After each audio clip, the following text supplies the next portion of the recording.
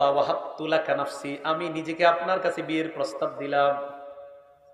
আম্মা জান আয়েশা সিদ্দিকা রাগ হয়ে যেতেন, মহিলারা এরকম এসে বললে রাদিয়াল্লাহু তাআলা আনহা। এখন এক মহিলা এসে বললেন, আমি আপনার কাছে আমাকে বিয়ের প্রস্তাব দিলাম, আমি আপনাকে আমার কাছে, আমি নিজেকে আপনার কাছে হেবা করে দিলাম, দান করে দিলাম। তো নবীজি সাল্লাল্লাহু আলাইহি সাল্লামকে আল্লাহ 4টার অধিক বিয়ে করার বৈধতা আল্লাহ দিয়েছেন নবীজিকে সাল্লাল্লাহু আলাইহি সাল্লাম। তো নবীজি সাল্লাল্লাহু আলাইহি সাল্লাম তার কথা শুনে নিচের দিকে তাকিয়ে রইলেন। ওই জায়গায় এক সাহাবা ছিলেন, উনি ছিলেন, এক সাহাবী ছিলেন গরিব। আমি মাঝে মাঝে সাহাবা বলে ফেলতেছি, তো মনে রাখবেন সাহাবা মানি অধিক সাহাবা, সাহাবী মানি একজন। তো অনেক সময় একজনের ক্ষেত্রে সাহাবা বলে ফেলতেছি বারবার, ঠিক হচ্ছে না কথাটা। একজন মানি সাহাবী, আর সাহাবা মানি বহু বছর, অনেক সাহাবা, বারবার ভুলটা হয়ে যাচ্ছে।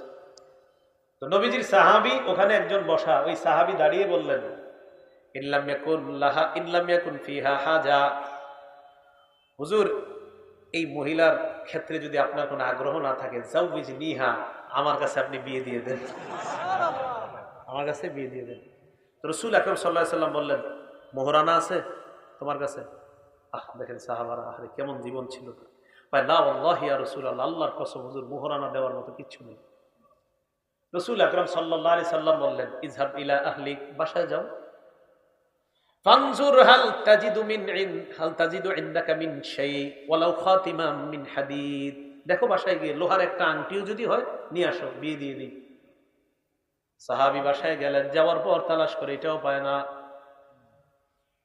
রাসূলের কাছে আসলেন, আসার পর বললেন, ইয়া রাসূলুল্লাহ, বাসায় গিয়েছি, আমি তালাশ করে কিছু পাই না হুজুর, আমার সম্পদ বলতে ইল্লা ইজারি হাযা,